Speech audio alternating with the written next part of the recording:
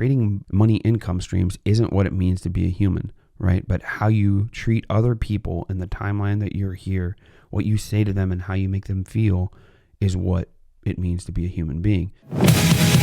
You're listening to the Blacktop Banter Podcast, the premier podcast in the asphalt industry, made for contractors with contractors. Hey everybody, welcome back to another episode of Blacktop Banter. As you can see, if you're watching, I have a red kind of glow around the back here. And if you're listening, you'll just have to listen that it's a red glow kind of behind me. And that's because I have a great friend of mine and return guest. It's been a minute since we had a return guest here on Blacktop Banter. But we have Keith Callaway. Keith has 40 plus years leading KL Industries in transforming small beginnings into greatness. Now he's committed to helping you scale your company and achieve greatness from small beginnings. So, Keith, in our circle, you are the guy, and I know you don't like this so much because you want us to be us and do whatever, but we don't like to use curse words around you. We don't like to talk about things that we would talk about, when it's just us, when we're around you and around your wife. And that's because we have a lot of great respect for you. And I don't know how I want to put it, the aura or the culture that you provide makes us want to be better and hold ourselves to a higher accountability. And I think that you inadvertently do that. And I know you just want us to be, hey man, just be comfortable with me or whatever. But it isn't that way. It's a certain way because we respect what you've done, your insight and your guidance that you've given multiples of business owners and people that are in our circle, and that these business owners are responsible for, that we happen to be in attendance with you with multiple things. So we got to do that recently in Pittsburgh. We got to hang out and it felt great, right? The pavement group had a really comfortable couch where we all just, everybody went back to the middle and hung out. And we started to have conversations, and you and I started to talk, and you're like, hey, we should do another episode. And here we are, man. So thank you so much for joining us. Yeah, glad to do it. That you just said is a huge compliment, but I don't take that onto myself as a kind of a badge of honor. What I do consider it though is that when John Maxwell talks about what leadership, the essence of leadership, not the core of leadership and what we do as leaders, but the essence of leadership is influence. Mm-hmm. Mm-hmm.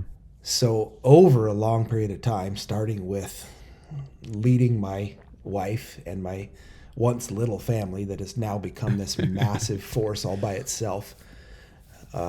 Just so you guys have a perspective, we have 33 stockings in our house. Yeah, there's a lot. There's a lot, yeah. So there's a massive force that's got Callaway attached to it. That the idea is to change the world, and sometimes takes a lot of people. It can.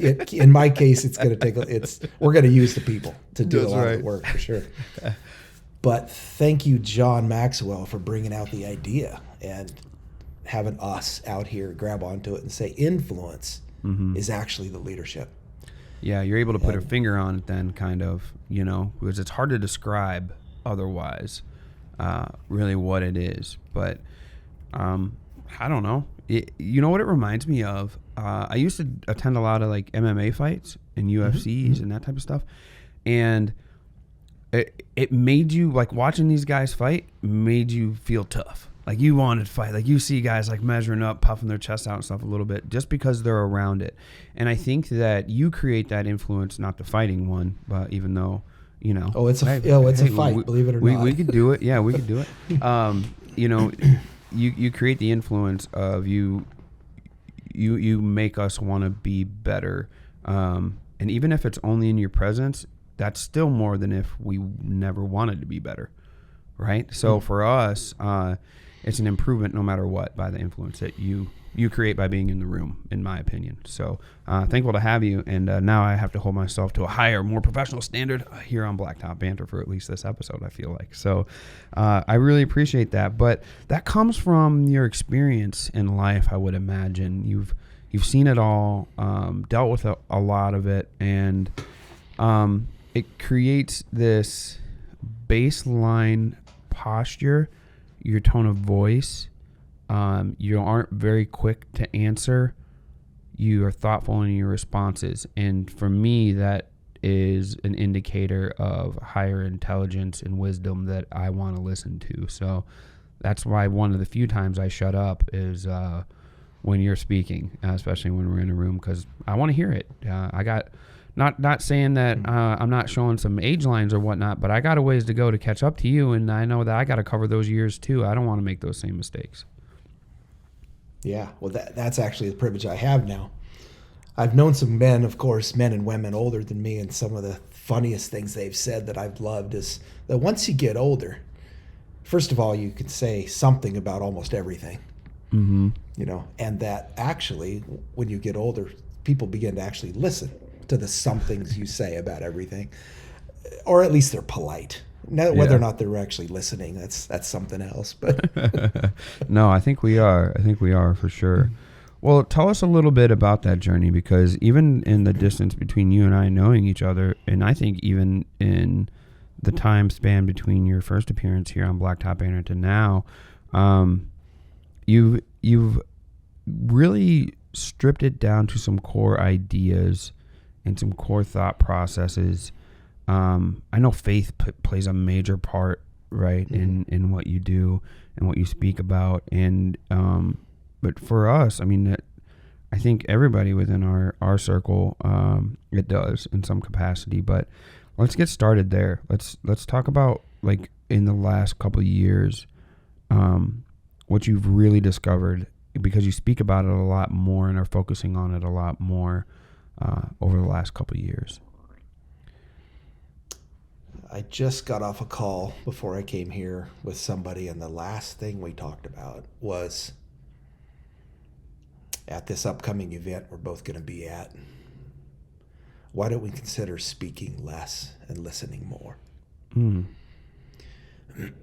that puts a capstone around, I guess, some of the things that you just mentioned. That if I come off like, or if you come off in the moment like you're wise, well, let's go to the opposite. If you come off like you're foolish, I can do that. Yeah, so can I. But it's probably because we're filling the air with foolishness. Yes. You know, and it's usually verbal. You know, and so what's the opposite of that is, if I'm filling the air with wisdom, it's probably not because the air is full of it. It's because you patiently wait for the opportunity, or just by being silent, you automatically look less foolish, right? Yeah. You know, you've seen those statements on memes and whatever. Yeah, the first guy to speak is often the biggest fool, right? Yeah. You know, and so I thought that was a good way to finish the call. I was just on. This person and I spent a few minutes praying, and then it's like, okay, we're going to see each other in a few weeks. There's 100 other people there. What's going to be our personal mission there? And we both decided, we need to listen better and speak less. So yeah. What's it? Be quiet, be still.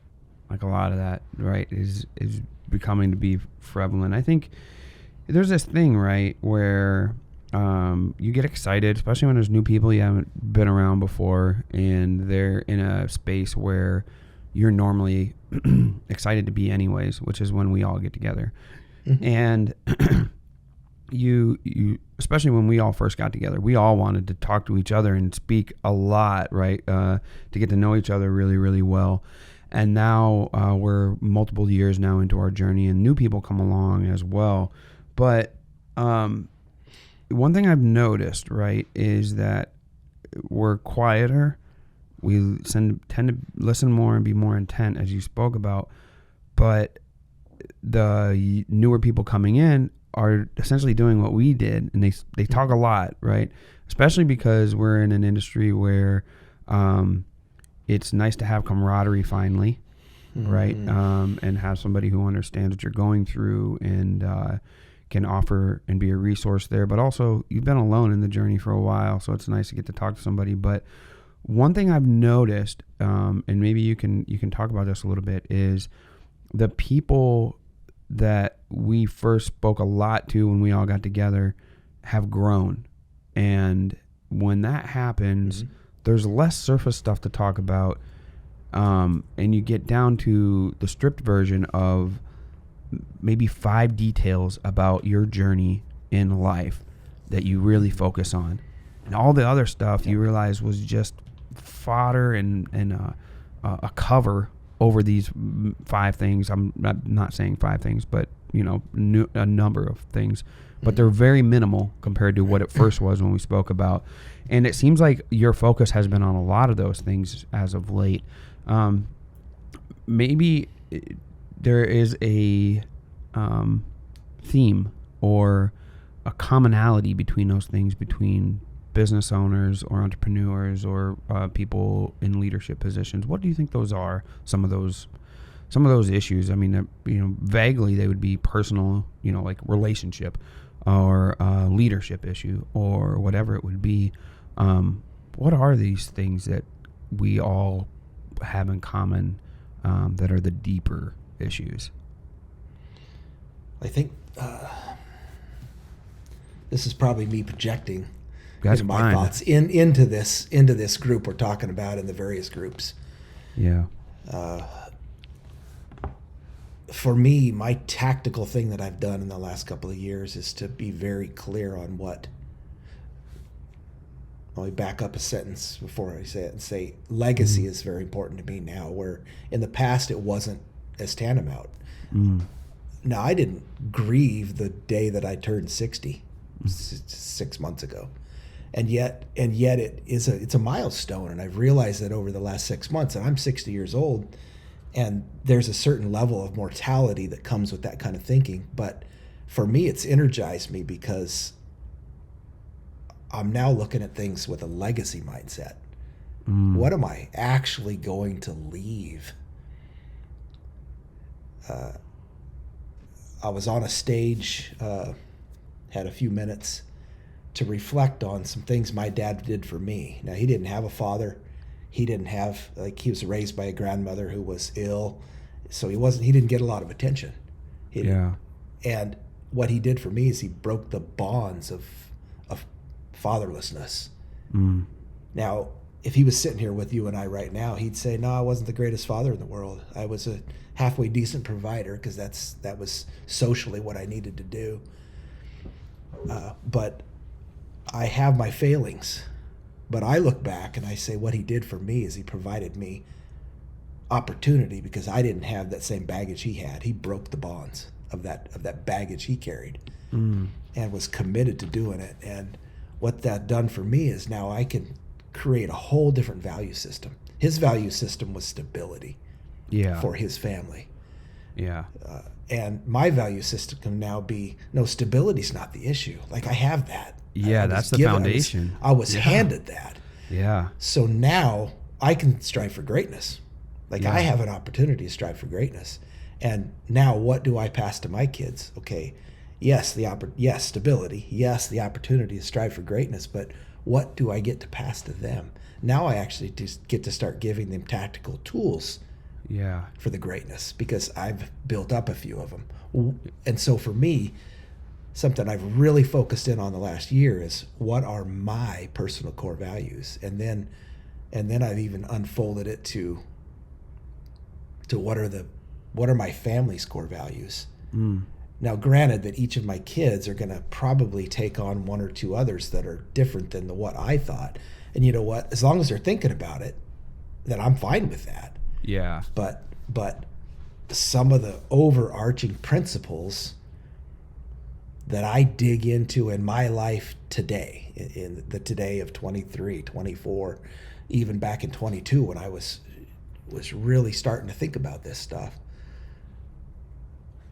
Now I've actually produced some documents that say this is what it is. This is my first run at this thing, and this is what it is. So you talked about, that you mentioned the word wisdom probably twice so far.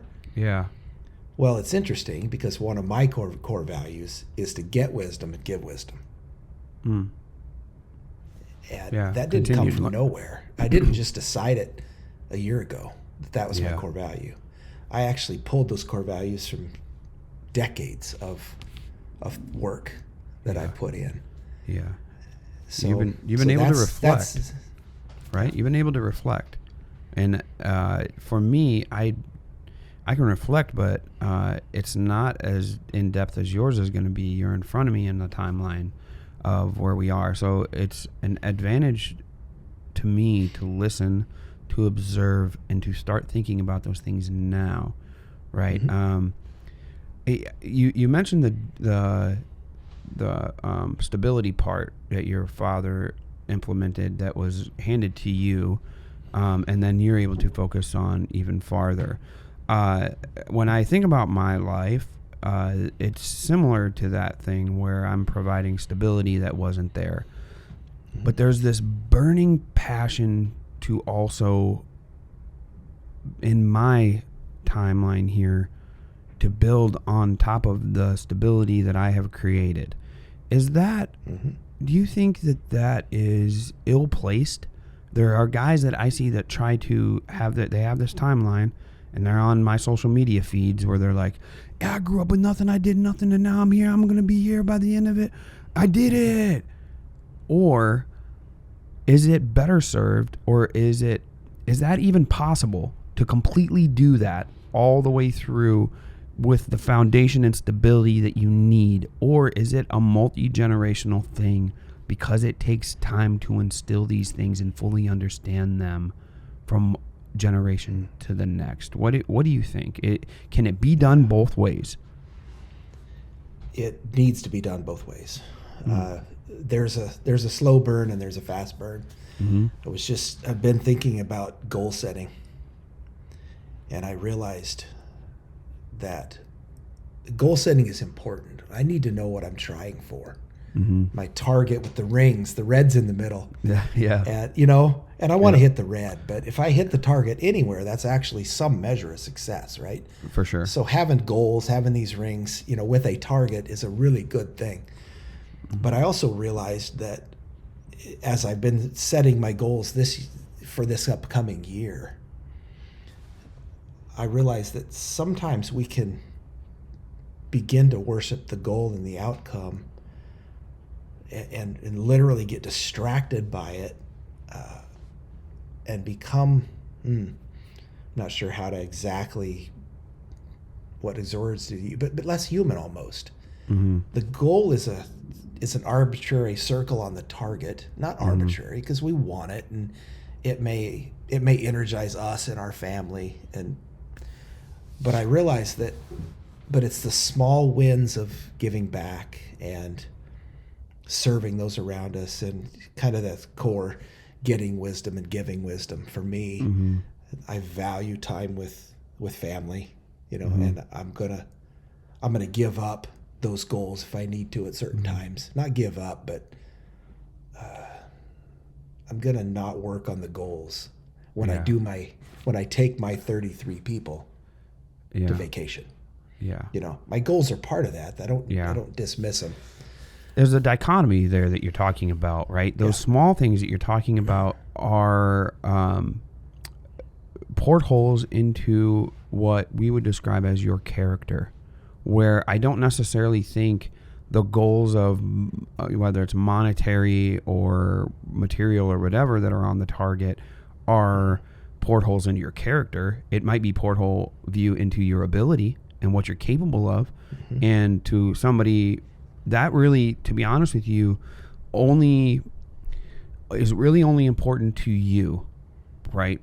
Ultimately, your ability and what you're capable of is really only ultimately important to you. Now, the byproduct of my ability and me trying to pursue that is that my son, Eli, gets to see what's possible, what his dad's capable of, and hopefully that inspires him. Same thing with Elizabeth. But they're going to be focusing on their own ability at some point and not on their dad's ability. And they should. We should teach them to. Right. So the other piece to this, to me, is that God put us all on this earth to be, well, here's what he didn't put us on this earth to be, is average. Yeah. Well, I mean, what kind of creator would do that? Yeah. That's why it makes you unique. Yes, that's why he makes us unique. Yes. Yeah. Is so that we have something special to give, something special to be. Yeah. Something It makes you special we feel can special. provide. Right? It should. Yeah. When Now, you it use doesn't your always. gift, We get our own head and all of that, and it doesn't Yeah. always make us feel special, but you know, but we are unique, and we're not supposed to be average. right. We're supposed to be great. Yeah. Yeah. I think the biggest thing that your family is going to get to see isn't what you built on the paving industry side, although it's amazing what you guys have done, especially in our industry and people that we know. Thankfully, we've been able to talk to a lot of people. We know a lot of contractors in the industry, and what you guys have built is amazing. But what is going to ideally secure what I picture as legacy being in the fledgling stages of it are the things that weren't on the target that show your character and what it means to be a human being, because creating money income streams isn't what it means to be a human, right? But how you treat other people in the timeline that you're here, what you say to them and how you make them feel is what it means to be a human being. Now, the irony of that is that you have to learn that. Like, no matter what, you have to learn that, because God created us with survival instincts, right? We were born into a planet where there's predators, and you have to learn that and taper that. And you can't do that unless you take time to develop that. It doesn't just happen. And what I've come to experience through your content, especially as of late, which I want to give you compliments on. I love it. I love the intimate setting, the way the camera resolution looks, and how you deliver the message perfectly. Those are the things for me that are creating legacy. That's the reason why we're on the podcast. It's going to live forever on the internet. Our kids can go back and listen to it. Your grandkids, your great-great-grandkids, and they're going to be like, yeah, you were 60, but you had more hair than the guy that you were talking to, right? And you guys talked about some amazing stuff, because I don't know, Keith, maybe it's me getting a little older. I'm pushing 40. I don't get as much satisfaction landing a huge contract as I do taking a trip to Guatemala and seeing smiles on kids' faces when we do something for $100. Yeah. Right? There has to be something to that. Yeah, let me pull this back a couple paragraphs and say that you said that it's the character that's not on the target, and that's what I'm thinking about this year compared to others, is that those character advancements, the changing character or becoming better in our character, it's a long time, it's a long burn. Yeah, like it takes time. It does, right? And it takes being around the people that create the right influence in the right situations for us, and reading the right books, reading the Bible regularly, these kinds of things that build character over decades, that those actually, more than the goals, should be in that target ring somewhere. Yeah. And they're less easy to put use the SMART method, to define what am I going to look like after this year. Yeah. It's harder to do that. And yet if they're not there, then we miss the boat.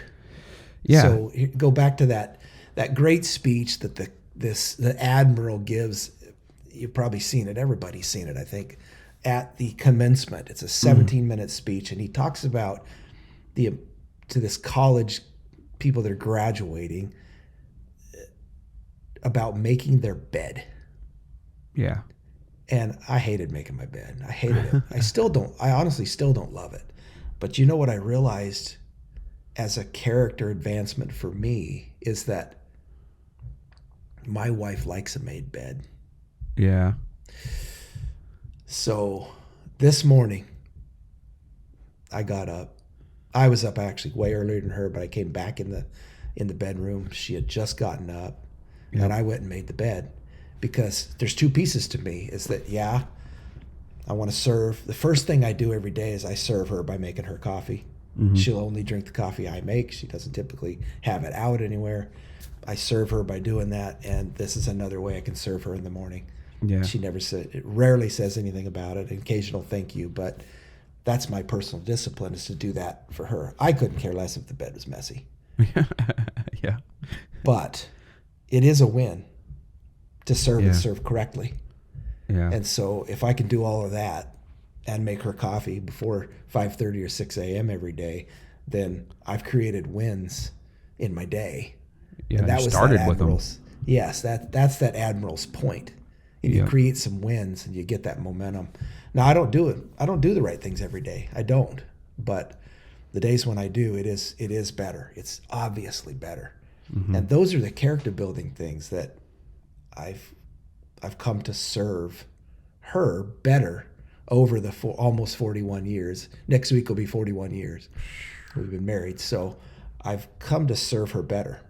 Now, we're both older. We both don't look like the person that we married, right?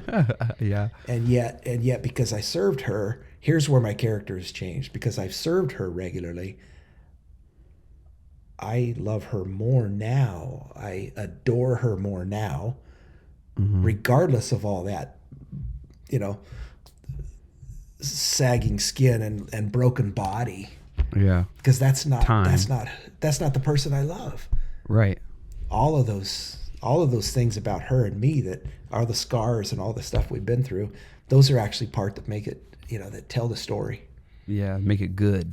Yeah, they make the story good. Right. That's some of my favorite things is when we're all together and a random thing happens and then you guys bust into a story that I never heard before. Like those are my favorite things, because as much as I love telling people when we're around people, hey, tell them the story about whatever, that's essentially what we do here. We tell stories, we document stories because we want them to live on forever. It's what makes us unique. It's how we learn. It's how we've always learned as human beings. They were passed down through books and storytellers, and we still do that. But then the very fun ones are when you're with people that you have went through the journey with, and a new story comes out that you haven't heard before, right? The irony that I have found in those situations is that when a story does get told, I can see it reflect and be consumed by somebody differently than I consumed it, right? It spoke uniquely to them. And that's what gives me faith about Scripture, and Scripture being all we need, because the same passage may speak to me in a way that serves my life right now in this moment, and somebody else can read it and it serves them a completely different way in their life personally, where they are in that moment. I've read the Bible multiple times now. I have read it in the future, and it, as time progressed, and the same scripture, same passage means something completely different at that time to me than it did then, right? So there's this guidepost that we have that for me, when that happened for the first time, I'll tell you, I printed off a picture of a heart, like an actual heart, colored it all in, and gave it to my mentor, my scripture mentor, and he gave it back to me. He's like, you keep this. You just realize that book's alive. You keep the heart in there, right? So it's still in there. It's still in my Bible. It's still my bookmark because the word's alive. And I'm like, okay, cool. We'll keep this in here. And I know that if you're alive, you can, whether you're human or whatever, you can still make moves and still do things and still have actions to help me and improve my life. Yep. So I kind of want to get back to that aspect of what you've been doing as of late, because your content and what you've been putting out is content with a purpose, I've noticed as of late. And it hits me better. I react better. It seems to be tactical thoughts that you have put together, and that we're beginning to hear that we can apply. It's applicable to situations for different people or everybody in different parts of their life. So let's talk about that, because that's a gear up that you've done as of late, and it's on your social media. I see it on LinkedIn. I love the LinkedIn stuff as of late. I can't stop it, but the Instagram as well and Facebook, I see your stuff everywhere. But let's talk about that as of late. Why is that so important to you as of late? I'm incredibly proud of the Blacktop Banner Edition seal coating unit, produced in partnership with KM International and available in both 550 and 700 gallon versions. Custom built on the same frame as our bulletproof hot boxes, I work closely with KM to design what I believe is the best seal coating unit on the market, a unit designed by a contractor for contractors. Learn more about the unit and to see a walkthrough of the entire unit by visiting kminternational.com. If you're serious about efficiency and performance, listen up. The Crafco SuperShot 125 is not just a melter, it's a strategic pavement maintenance advantage. Quick startups, fume-free, automatic agitator shutoff, a splash-proof lid, and pumping on demand, these features are essential for any serious asphalt maintenance contractor. So don't settle for mediocrity. Elevate your game with the Crafco SuperShot line of melters by visiting crafco.com today. In my opinion, Dynapac CC900G roller is the best roller on the market for driveway and small parking lot paving contractors. The seismic technology in these rollers is unbeatable for the smoothness and compaction they provide, and I'd choose the Dynapac CC900G over the little yellow roller that you're used to seeing every single time. But don't just take my word for it. Check them out in person at Pavex and World of Asphalt, or visit Dynapac.com to find a dealer near you. Hey Blacktop Banner fans, this is Michael with Aquafault. Say goodbye to potholes and roadway damage without the need for large crews, heavy equipment, or toxic chemicals. Aquafault is the only permanent repair material for asphalt and concrete that uses water. And installation is simple. Just pour, add water, and tamp. It's that easy. An Aquafault repair can be open to traffic immediately and fully sealed within 24 hours. Plus, the product is backed by a 3-year warranty and made in the USA. Visit aquafault.com. That's AQUAPHALT.com to learn more. In the past year, Jobber has been our CRM of choice at Wiscode, and it's made our world exponentially better efficiency-wise. The request to quote and quote to invoice process is seamless and professional. The scheduling aspect keeps us on point and the team leaders moving throughout the day from project to project, while the timesheet feature tracks the team members' hours. For our small seal coating company, it has helped build the solid foundation we can scale from. Jobber is now a sponsor of Blacktop Banter and helps bring this show to you. With this partnership, Jobber is offering an exclusive savings to BB listeners of 20% off for 6 months. To take advantage of this, find the Jobber link in the show description and get to improving your process today. Hi contractors, it's Kyla from Wiscoat. We use Stencil Plus for all of our pavement marking stencils. Alphabet letters, numbers, directional arrows, handicap markings, you name it. We use it and we get it all from Stencil Plus. Right now, for a limited time, you can save 10% on your stencil order by using code BB10 during checkout at stencilplus.com or by calling 877-372-6055. Contractors, you need to make it easy for potential customers to reach you.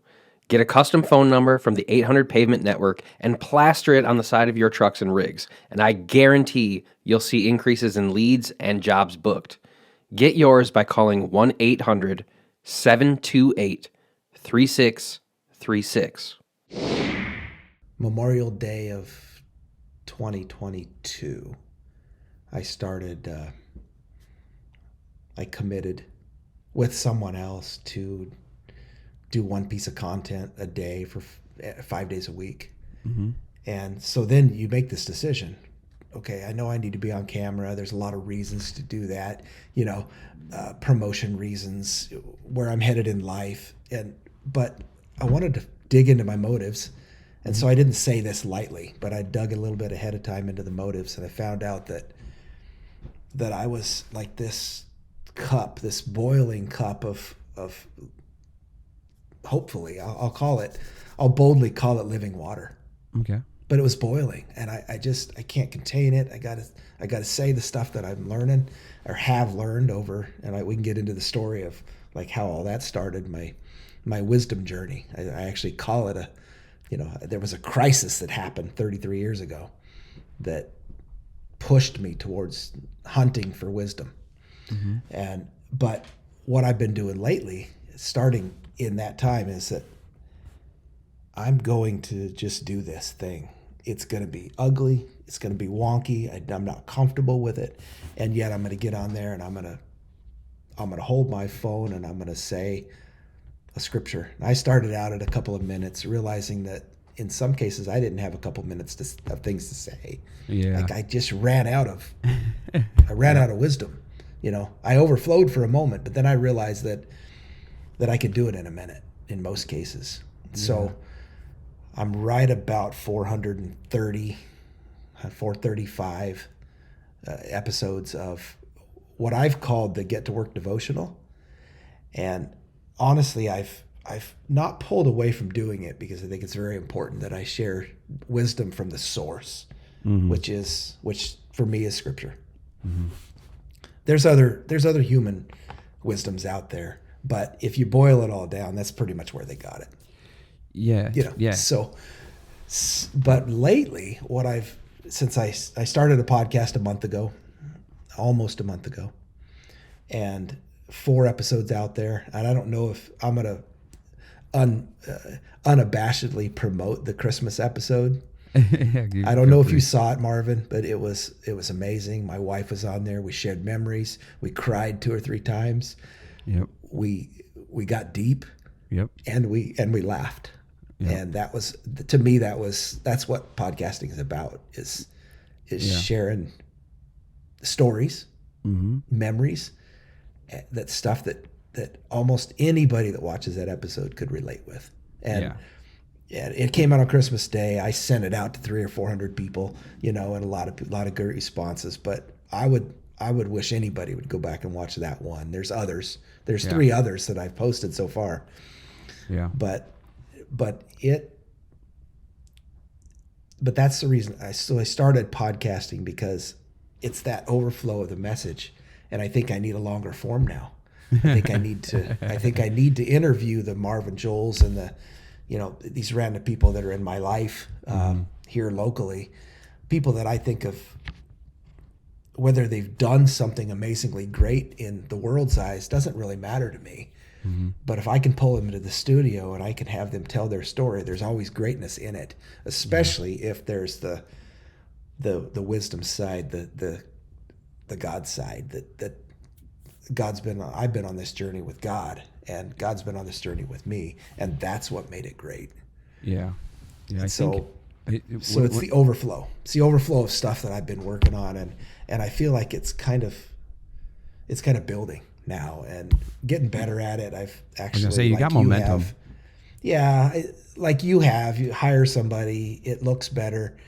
It actually helps you feel better about it. And that has helped a lot, to kind of have that person that says, okay, I think we're going to do this, and I'm going to make a short out of that section right there and put it out and so I appreciate having good people, good smart people, because if it was me, it'd still be wonky, and the subtitles would have misspellings in them still, and all of that. Don't worry about it. AI does that still. AI makes them misspelled now, so it's not a big deal.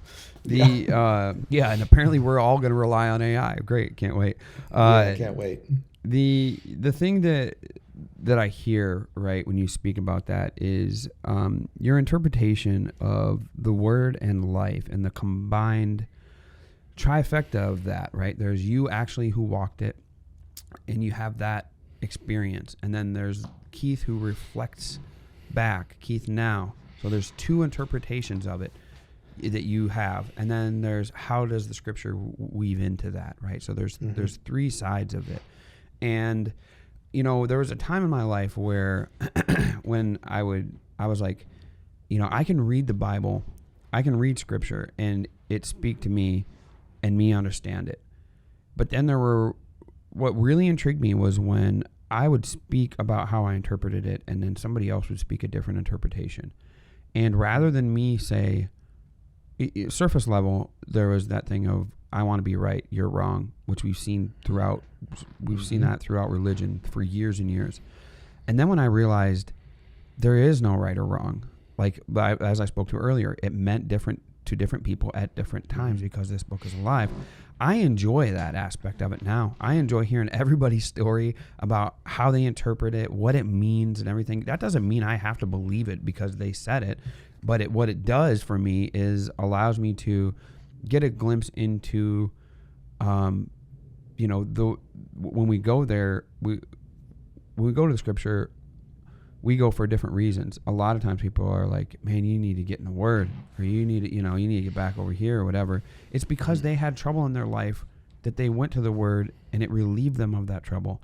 And for me, that image of you stop telling me what to do left. And it was, no, they don't want you to hurt, right? And for me, I think that's my biggest thing as of late. I made a post today about Mission Impact. We're getting to the end of the year. I love going to Guatemala and Mission Impact.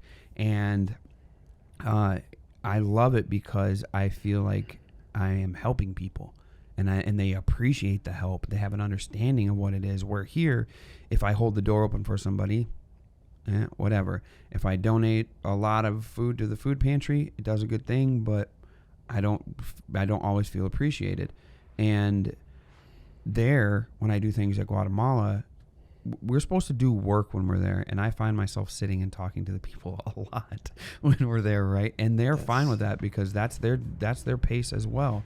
So I think about these conversations and whatnot, and the Christmas one that you guys did, the reason that resonates so well with everybody, where you cry and you laugh and everything, is because it's parallel to a lot of people's lives. We're closing in on,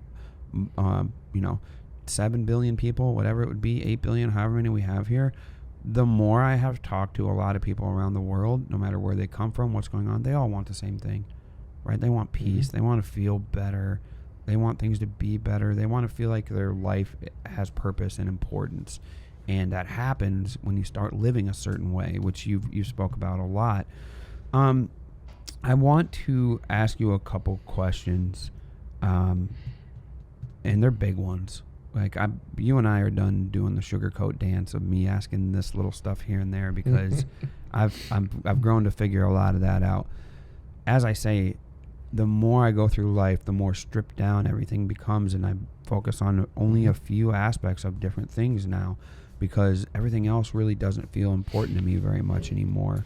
All the stuff on that target you talked about doesn't feel very important to me anymore, but the little stuff that you're putting there on the outside, the character stuff, which I will say is immeasurable, right? We can measure our revenue. We can measure how many degrees we get, right? Associate, bachelor, master's, whatever. How many years we've been doing something. What you can't measure is how much character somebody has. You can see evidence of it, but you can't really measure it and say, yep, they got this much character. So I think it is important to keep producing and have goals, character goals like you spoke about. But as I get going, a lot of that other stuff falls off and I get to these few questions. And they're big. They're big questions, big loaded questions for Keith Callaway. I love big questions. Perfect. They're 3 in a row and they all cover the same topic. So you're going to answer, and then it's going to feel like I'm trapping you with the second one, and then it's really going to feel like I'm trapping you with the last one. But these are things that I come to you and respect and ask you because I look forward to the answer you're going to give me. I will apply it. I will think about it. I will meditate on it. Why are we here? Why are we here? Everybody encounters this question in their life.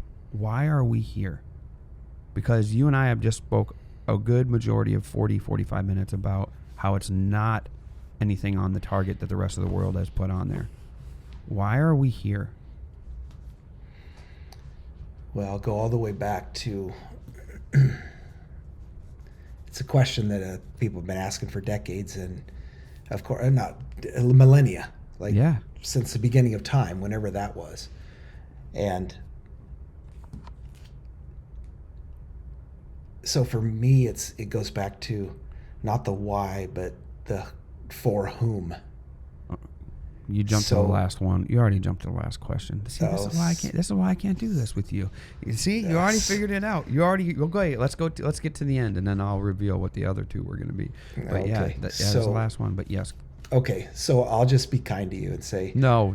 We're here to glorify God. Okay, that's why we're here.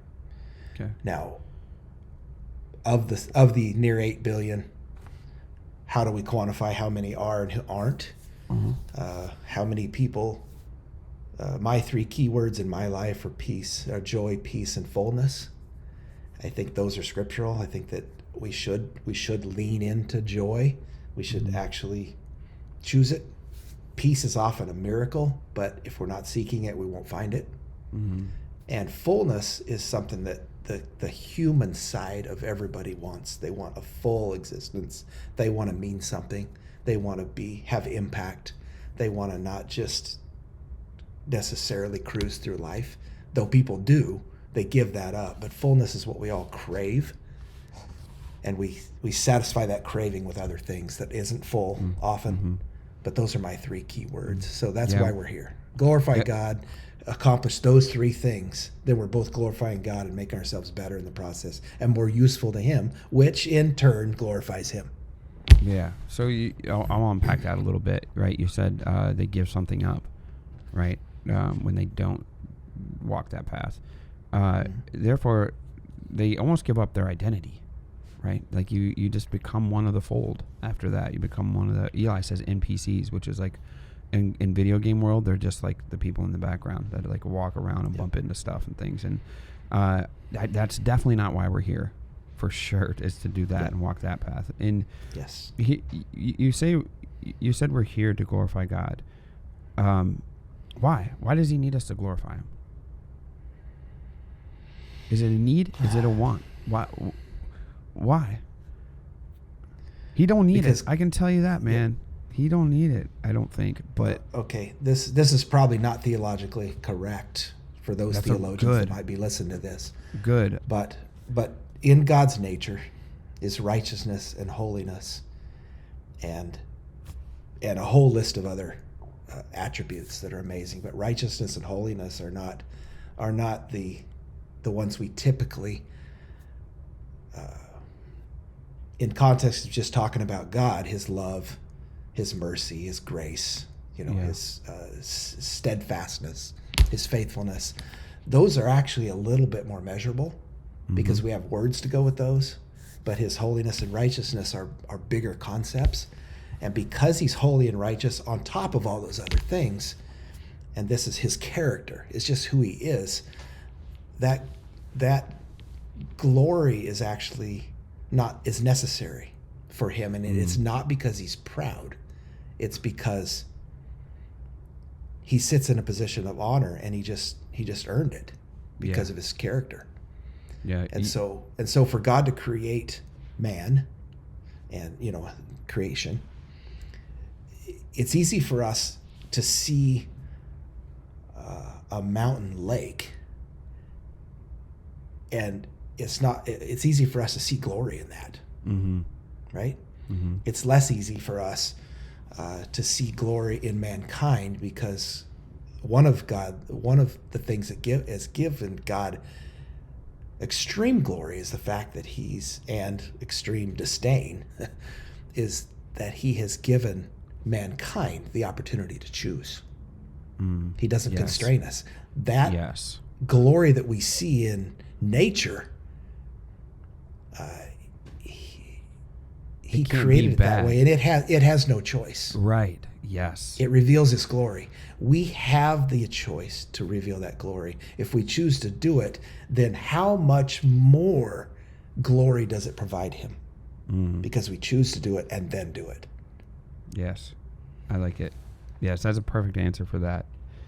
Good. That's a good one. The second part of that was, is it worth it? Right. Being as you jumped the gun on me, like, why are we here? You were going to say it, and then I was going to say, is it worth it? Right. Let me get emotional for a minute. Or at least the emotional side of that. Really, I think one of the best tactical tools we could use to learn something is to learn very clearly the opposite. So the question, I think, shouldn't be, is it worth it? Is what do we lose if we don't? It sounds like, if we're here to glorify God, it sounds like a rule book coming at us. Because we have a skewed view of the recipient of that glory. But if we glorify God, the message that he has for us, is it worth it? Is that then I glorify you because you're my child. Yeah. I give you everything. I give you keys to the kingdom. Is it worth it to get the keys to the kingdom by giving the honor and glory that the king deserves? Oh man, we as Americans say no, hell no. I'm building the kingdom here. Yeah, And for sure. And what he says is he lowers his head and he says, my son, I've given you that choice to make. But if you take my key, you literally have everything you could imagine plus some. Is it worth it? You look at it from the opposite and say, is it worth it to give that up? Is it worth it not to check that out deeply? Is it worth it not to actually reach for that key? Oh man, what we're missing if we don't. Yep. It's on us. It's our choice. Yeah, and that's the last question, right? For who? Right? You shortcutted me all the way to that, right? Is the who. Why are we here? Is it worth it? And for who? Well, That's let me expand on that a little bit too. Because about 20 years ago, this guy came to our church and did this weekend conference on basically love. What is love? And he talked extensively about and built a case for this. In 1 John, it talks about, I love him because he first loved me. And he explained that it is in God. He sent his son. He first loved me. And he explained that in theological terms, in doctrinal terms, where the words made sense. And then he explained it from the heart of God. And then he said, this vertical love is like this. And he said, but the expression of that vertical love is horizontal. We can't fit in God's vertical at all. It's too much for us. Okay, so the only possible expression we have is as we mature, as we come to terms with the things in that love, we express them horizontally and then realize, okay, that one was a little off. I need to go learn more from God. And then so the whom is actually those around us. Yes, we do it for God. But as we do that horizontal love, my wife and my kids and the people that work for me and all the people around me, all on different levels and different tracks of learning, then I actually can then reflect on, oh, God's love for me and my love for him. And so if we don't have both, we're missing the boat. That's whom it's for. It's for both. Can a person glorify God with their business in every aspect of it? Is that possible? That's why you have it. What are some places to look or things we can do in order to start doing that? Because there's a lot of guys run their business and it doesn't feel purposeful, right? And they struggle, right? No matter how well it does or whatever, they're starting to dread doing it, or they already do dread doing it because it doesn't feel purposeful. Like, well, what do we do?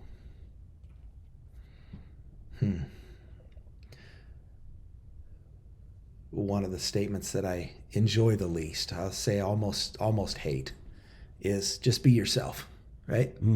Yeah. Well, I'm sorry. Well, what if you're an asshole? Yeah. Don't be that guy. Yeah, don't be yourself. Don't be yourself. And yet when it comes to running a business, if you're kind of a type A, like to really dig into the numbers, then you need to do that. Okay.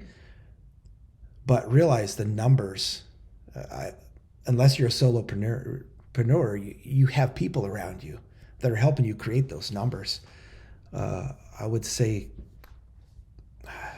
develop an appreciation for what's behind the numbers. Develop an appreciation for the fact that the people are the business. The customers and the people that work in the business with you, they're the business. And your job then is to lead and influence. So if you're burned out on it, then it's going to require a new perspective, or just honestly, you need to maybe bolt and do something else. Which is common. Because, I mean, that's not a strange piece of advice nowadays. No, right? No, like we've all come to realize that, like, 70 years ago, you went to work and paid bills, and that was it, right? And it was like, well, we've developed more, our brains have developed more, and we're in a society that we've developed more where that's a legit thing now. Like, everybody should be happy, and if you aren't happy doing what you're doing, then we need to make a change. I think about that often. I think about that often here at BB. I think about it in Wiscoat and my businesses. Like, I had coffee with a good friend this morning, and she said the same thing. Like, what do you want to do? And I'm like, I really enjoy conversating with people. Like, and I enjoy being able to talk to them and give my perspective on their life where maybe they haven't looked at it before at certain situations. And then they get a different perspective, and it allows them to look at their life a different way. And it helps them out in a way where they might have angst about something. And now with my perspective, maybe they don't. She's like, you should pursue that. Like, totally pursue that. Like, stop making blacktop black, like you said you didn't want to do however many years ago, and start doing that. Which is a piece of advice that I may adhere to at some point. But I want to ask you about advice as we come to a close. You've given us some great pointers and great perspectives and great tips, as always. I need to decompress after this one. But I want you to end us with one more piece of overarching life advice that you wouldn't want people to miss out on taking. Like, let's say you're talking to me, which you are, and you're like, Marvin, don't miss out on this on your journey. What would that be? What would that piece of advice be? Wow. I feel like I want to set the stage for it, but I'm just going to give the piece of advice, and I will base it on I mentioned earlier that I've been on a wisdom journey for 33 years, almost 33 years. And it came from a crisis time. I had 5 kids. I had a business that was very seasonal, cyclical. I was doing all stuff at church. It's all important things. You can't not be a dad once you're a dad. I had 4 or 5 kids at the time. It's like, oh my gosh. You're in. So I'm like the athlete that's on his heels. And what good is an athlete on their heels? Like, off balance. They're no good to anybody. They might as well be off the field. Yep. And that's where I was in life for about 2 years. And I came to a point of crisis where I said, I have to figure out what I need most. The conclusion that came from it was, I want wisdom. Okay, I go back to the story of Solomon. He asked God for wisdom. And God gave him wisdom in increasing, fashion. And along with the wisdom came money, fame, conquest. Though he never fought a war, he didn't need to. He basically bought more of a country. Yeah. Because God blessed him so much because he asked for wisdom. And so I was like, okay, well, there's definitely a lesson. Mm-hmm. If I wanted anything else in the world, I should want wisdom. Mm-hmm. And then God just knocked on my door, the door in my head, and said, but you know where to get it. You don't have to struggle over the where. Mm-hmm. And so in that crisis time, I made a commitment, a vow, basically. And in the Old Testament, a vow means that if you break it, you die. The recipient of that vow has the authority to kill you. Mm-hmm. Now, those days are gone of that kind of legalism and law, and yet the idea of a vow is still very important. Mm-hmm. And so I made a vow that the rest of my life, every day, I would open the book, I'd read scripture some way, somehow, for every day the rest of my life, because I needed wisdom so bad.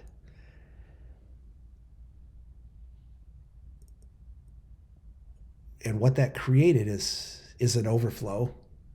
And I explained it lately that we overflow something all the time. We have stuff in us, we get input, we have output. So we're overflowing something. Mm-hmm. So am I going to overflow wisdom, or am I going to overflow the garbage that comes, straight from the world, straight from, pick a person, straight from Marvin that has nothing to do with God? Because there are times when we all pop off and say things, right? And yep. Am I gonna overflow that stuff? The stuff I hear on podcasts that I disagree with, it's not bad to disagree and think, but what am I taking in that I actually have to overflow? Mm-hmm. And if I was to give one piece of advice, I would say, go to the source of ultimate wisdom, which is God. His method for giving us that is Scripture. And honestly, some days have been one verse. I don't go into the whole guilt thing. I'm not in it for a chapter a day. Sometimes I take the vitamin, so to speak, of that Scripture. Like, I take vitamins every day. I'm a little older now, and if I don't take them for a week, I notice. Yeah. Yeah. There's things that my food's not giving me, and I got to take those vitamins. Well, there's things this world's not giving me, and I got to take that Scripture, that spiritual vitamin. It's oversimplified and actually a little bit disrespectful to Scripture to call it a vitamin. Yeah. But nonetheless, it's a simplified view of saying, if I don't get it, I actually feel worse, and I actually am worse, and I actually will perish. That's what I was going to say. I was like, I don't think it is, as you're talking about it providing life. So I don't think it is disrespectful to say it in that term. But sometimes you want to eat the steak, and you sit down and eat that steak. Yeah, I was going to say, sometimes I take vitamins, and that's enough. Sometimes I feast. Yeah. And Sometimes those you are need to moments. feast. Yes, that's right. Sometimes I celebrate. Sometimes I just am awake, and I'm present, and I pull the Scripture open, and my gosh, I can't believe I just read that. I've read that 10 times, and it just unfolded to something else that I didn't see before, and that's a little feast that I just had, and that feast has impact. But what has more sustained impact is making sure that I open it. Yeah. Making sure that I pull the vitamin bottle out, and that I take the lid off the vitamin bottle, and I pour it into my hand, and I drink it with a little bit of water. Yeah. That's what matters, right? Yeah. Where can we see you speak upcoming? Where will you be at? I will be speaking on servant leadership at NPE, National Pavement Expo. I missed the deadline at Pavex. I was going to sign up for that and forgot that I didn't push the button. I didn't either. That's okay. So I don't I'm just have there. to. Yeah. Yeah, I don't have to speak everywhere. Where can we find you on social media? You can look under almost any of them as Keith L. Callaway. Okay. The best way to find it, I think, is YouTube. If you're looking for the podcast, that's easy. That's what I was Keith gonna L. ask you next. Callaway, and then they come up. Yeah. Cool. Greatness from Small Beginnings is the name of that, and I love interviewing people that have done stuff. And the best part is they're not done. I know That's my part. favorite. That's my favorite part, especially when I think about you all, and you're speaking at MPE 10 years ago. You weren't, right? And it's like, well, cool. I like this. I like that I can keep doing stuff. It gives me optimism and gives me hope that I can still fill my time here while my heart's beating with a lot of things, and things that make me feel good, and things that give back, things of character, because we both know you don't speak for money. No. I don't, you don't, like it don't work out that way for us right yet. I mean, who knows? Maybe it will someday. Well, I encourage everybody. Yeah, someday we'll see. And if not, that's not why I'm doing it anyways. So it doesn't really matter ultimately. I think whatever we're going to bear as payment for what we do here is worth way more than faces on green money. So I'm cool with that. All right. Well, for myself and for Keith, it's been a great episode. Be sure to find Keith online where he mentioned. As always, the Blacktop Banner Success Group is popping and going. It's a group of contractors that meet on Zoom calls a few times a month. We have a 24/7 chat group. There are vendor discounts as well. A lot of guys pay for their membership just by off the vendor discounts. And also, you need to go to the website to find that stuff out. And you can go to blacktopbanner.com/BBSG to find the Blacktop Banner Success Group stuff. If you're going to type in blacktopbanner.com and go that route, sign up for our newsletter. It's right there on the landing page. It's articles written by contractors for contractors with some insight from our sponsors here at Blacktop Banner as well. And please jump over and check out missionimpact.com. Mission Impact is a faith-based mission in Guatemala that I travel to yearly now, it seems, at this point. And we put in fuel-efficient stoves, clean water, build custom wheelchairs, do a lot for the people of Guatemala down there to help them with some of the plight that they have.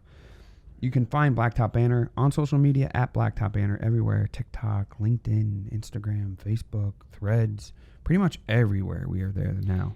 So be sure to check us out, and be sure to check out Keith Callaway online as well. Keith, thank you, my friend, so much for joining me today. It's always a pleasure to have these conversations. We could talk for hours, and we never cover all the topics we want to, but I really appreciate you joining me. Glad to do it. Very glad. Privilege. Right. Perfect, my friend. All right. Keith and myself, both Blacktop and Asphalt business owners, are here on Blacktop Banner today. And as always, we speak asphalt. Peace. Hey, everybody. Marvin here from Blacktop Banter. And if you enjoy the podcast and what we've been bringing to the industry, you can support us through a one-time or recurring donation at blacktopbanter.com. There we have a support tab. You click that and choose your path from there. If you listen on Apple Podcasts or Spotify, please do us a favor and leave a review there for us as well. As always, we speak asphalt, and thanks for your support. This episode of Blacktop Banter is brought to you by Crafco, the world's leading manufacturer of packaged pavement preservation materials and equipment for the asphalt industry. Learn more at crafco.com.